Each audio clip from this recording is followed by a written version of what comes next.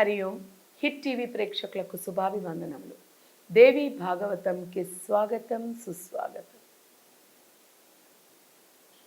ఈ యొక్క ఇంద్రియాలని జయించడం ఎంత కష్టమైనటువంటిదో, అలాగే తపోశక్తి ఎంత గొప్పదో, అలాగే ఈ యొక్క దైవీ శక్తిని అంటే ఆదిశక్తి అయినటువంటి ఆ జగజ్జనని, ఆ దైవీ శక్తిని పొందిన వారిని ఎవరు ఏమీ చేయలేరనేటువంటిది ఎంత సత్యమో అదంతా మనకి ఇప్పుడు అర్థమవుతూ ఉంది. అందుకే నిజమైనటువంటి భక్తి శ్రద్ధలతో ఎవరైతే దైవ ఆరాధన చేస్తారో, నమ్మకముతో కూడుకున్నటువంటి ఆరాధన చేస్తారో ఆ దైవీ శక్తిని, ఆదిశక్తిని, వారికి తిరుగు అనేటువంటిది ఉండదు. ఎందుకంటే ఇక్కడ నరనారాయణులు కూడా ఆ ఆదిశక్తి అయినటువంటి ఆ తల్లి ఆరాధనలోనే ఉన్నారు కాబట్టే వాళ్ళకి అంత శక్తి లభ్యమైంది, వారికి అంత ధైర్యం లభ్యమైంది, దివ్య దృష్టి లభ్యమైంది. అంటే ఆ దృష్టి అనేది లేకపోతే ఇది అంతటికీ కారణం ఎవరనేది మనకు అర్థమవుతుందా? మనకి ఎవరైనా మన ఎవరైనా ఏదైనా చేయడానికి వచ్చారు, ఒకరు కొట్టడానికి వస్తే ఎదురుగా కొట్టడానికి వచ్చినటువంటి వారే కనిపిస్తారు, వారే కొడుతున్నారు అనుకుంటాం. కానీ దాని వెనకనున్నది ఎవరు, దాని మూలం ఎవరు అనేటువంటిది మనం గ్రహించలేము, అర్థం కాదు. అది ఎప్పుడు తెలుస్తుంది? ఎప్పుడైతే దైవానుగ్రహానికి పాత్రులమవుతామో అప్పుడు ప్రతి ఒక్కటి కూడా ఆ దైవం ప్రేరణగా, అలాగే మనకి దృష్టిగా అన్నీ కూడా తెలియపరుస్తూ చూపిస్తూ ఉంటుంది. అది కేవలం ఆ జగజ్జనని సృష్టి స్థితిలయ కారిణి అయినటువంటి ఆ జగన్మాత ఆదిశక్తి మాత్రమే, ఆవిడ ఆరాధనలో మాత్రమే మనకు అది లభ్యమవుతుంది. అంతేగాని ఈ యొక్క బ్రహ్మ, విష్ణు, మహేశ్వరులు అంటే త్రిమూర్తులుగా ఉండేటువంటి బ్రహ్మ, విష్ణు, మహేశ్వరులు గుణసహితులుగా ఉండేటువంటి వీరిని ఆరాధిస్తే కనుక మనకు అది లభ్యం కాదు. ఇక్కడ మీరు గ్రహించాలి. మీరు ఎవరు అంతా ఒకటే అనేటప్పుడు బ్రహ్మ, విష్ణు, మహేశ్వరులు అని మళ్ళీ సంబోధన చేస్తున్నాము అనేటువంటి ఇంకొక సందేహం రావచ్చు. గుణసహితులైనటువంటి బ్రహ్మ, విష్ణు, మహేశ్వరులు అంటే ఆ ఆదిశక్తి వల్ల సృష్టింపబడినటువంటి బ్రహ్మ, విష్ణు, మహేశ్వరుల గురించి మనం మాట్లాడుతున్నాం. వారిని ఆరాధిస్తే అంటే దేహదారులుగా భావించి వారిని మనం ఆరాధిస్తే మనకు అది లభ్యం కాదు అనేటువంటి సత్యాన్ని మనం గ్రహించాలి. ఉన్నది ఒకటే పరమాత్మ, ఆ పరమాత్మనే విభిన్న రూపాలు. అంటే ఆత్మపరంగా మనము ఆరాధన చేసినప్పుడు మాత్రమే మనకి ఏదైనా సాధ్యమవుతుంది అని దీని అర్థం.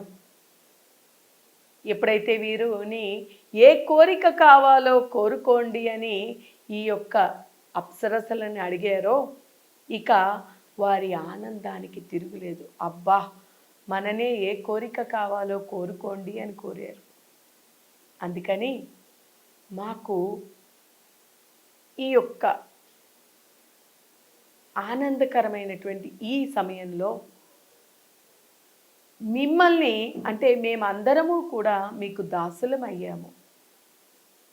అందువల్ల మాకు నీవు చెప్పిన ప్రకారము మాకు ఇష్టమైనటువంటి మా కోరికని నెరవేర్చు. మన్మథ బాణాలతోని కూడుకొని ఉండేటువంటి మాకు నీవు భర్తగా కావాలి అని కోరుకుంటారు. చూడండి ఎంత విచిత్రమో. మా అందరికీ కూడా నీవే భర్తగా ఉండు అని చెప్పి కోరుకుంటారు. అయితే ఈ యొక్క కామోపేంద్రియాలు అంటాం మనం. అంటే కామంతో కూడుకునేటువంటి ప్రబోధాలతోని నాకు ఇచ్చ లేదు, అసలు దాని గురించి ఆలోచన లేదు, బుద్ధి కూడా లేదు. శబ్ద స్పర్శ రస గంధాల ఐదింటిని కూడా పరస్పరము సుఖమే ఉత్తమము. అంటే ఈ అప్సరసలు చెప్తున్నారు, శబ్ద స్పర్శ రస రూప అన్నిటికంటా కూడా అతీతమైనటువంటిది ఈ యొక్క స్పర్శ ఆనందం కలిగిస్తుంది. కాబట్టి ఇదే మాకు ఉత్తమోత్తమైనటువంటిది, కాబట్టి మాకు అదే కావాలి, నీవు భర్తగా కావాలి అంటే నరుడు ఈ యొక్క అంతరార్థాన్ని గ్రహించి నారాయణుడు నరుడితో చెప్తున్నాడు, ఆగ్రహించకు. అహంకారానికి క్రోధానికి మించినటువంటిది లేదు. ఆగ్రహించకుండా, ఆగ్రహం వల్లే మనకి ఇదివరకటి రోజుల్లోని ప్రహ్లాదునితోని యుద్ధము చేయాల్సినటువంటి పరిస్థితి వస్తుంది. అందువల్ల మళ్ళీ అటువంటి పరిస్థితి లేకుండా మనము వీరిని ఎలాగైనా కూడా శాంతపరిచి, వీరికి తృప్తి కలిగించి, వీరికి ఆనందం కలిగించి, వీరిని ఎలాగైనా నచ్చచెప్పి ఇక్కడి నుంచి పంపించేద్దాము అని ఆలోచన చెయ్యి. తీక్షణంగా ఆలోచన చేసి అనవసరమైనటువంటి ఈ యొక్క క్రోధానికి దిగకు, లేని అనర్థాలు కొని తెచ్చుకోవద్దు, మనకి మళ్ళీ ఇబ్బందులు దొరుకుతాయి, మళ్ళీ దీనివల్ల మనం నరకాన్ని పొందాల్సి వస్తుంది, ఆ పని చెయ్యకు అని ఎప్పుడైతే నారాయణుడు చెప్పాడో నరుడితో, అప్పుడు నరుడు ఆలోచన చేసి, మీరు కోరినటువంటి కోరిక ఇప్పుడు నేను తీర్చలేను, ఎందుకంటే ఇప్పుడు కేవలము మేము తపస్సంపన్నులమై మాత్రమే ఉండాలి అనుకుంటున్నాము. ఈ తపస్సంపన్నులుగా ఉన్నాం కాబట్టి ఇక మాకు దేనితోని ఏ దానితో సంబంధం లేదు, కేవలము మా యొక్క చింత, మా యొక్క జీవనము అంతా కూడా పరమాత్ముడే. కాబట్టి మేము అన్నిటినీ జయించినటువంటి వారము, ఇప్పుడు మేము ఏమీ కూడా మీకు చేయలేము. మీ కోరిక ప్రకారము, మీ కోరిక తీరడానికి ద్వాపరి యుగంలోని నేను మీకు భర్తని అవుతాను. అప్పటి వరకు మీరు వేచి ఉండండి. అప్పటి వరకు మీరు స్వర్గానికి వెళ్ళి ఈ ఊర్వశిని సైతం తీసుకుని వెళ్ళి స్వర్గంలోని ఆనందంగా మీ యొక్క కర్మలు మీరు నిర్వర్తిస్తూ మీ జీవితాలని గడుపుతూ ఉండండి. ద్వాపరి యుగంలోని మీ యొక్క కోరికని నేను తీరుస్తాను, అప్పుడు నేను జన్మని ఎత్తి అప్పుడు మీ కోరికని తీరుస్తాను అని చెప్పి నారాయణుడు వారిని శాంతపరచి, తృప్తిపరచి, ఆనందపరచి, ఊర్వశిని కూడా ఇచ్చి స్వర్గానికి పంపించారు. ఆ రకంగా నరనారాయణులు శాంతంగా వారిని పంపించి వారికి ఎటువంటి భంగము కలగకుండా, అలాగే అహంకారంలోని చిక్కుకోకుండా చేయగలిగారు. అందుకనే శాంతత్వం తపసో మూలం మునిభి పరికీర్తితం. శాంతమే అసలు తపస్సు అంతటికి మూలం కారణము శాంతము. కాబట్టి ఆ శాంతంగానే ఉండి సాధించగలుగుతారు అని చెప్పడంతో వారి మానాన్ని వారు వెళ్ళారు. వీరు తేరుకొని వీరి తపస్సులు వీరు చేస్తూ ఉన్నారు.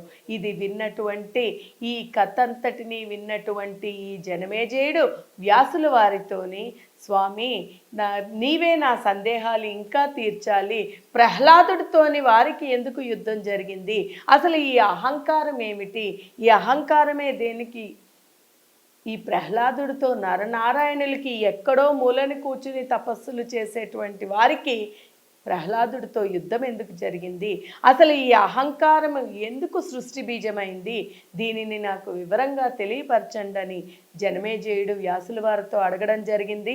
ఈ యొక్క అహంకారం ఎందుకు మూల బీజమైంది, అహంకారం వల్ల ఎన్ని అనర్థాలు ఉన్నాయి అనేటువంటివి మనం రాబోయే ఎపిసోడ్లో తెలుసుకుందాము.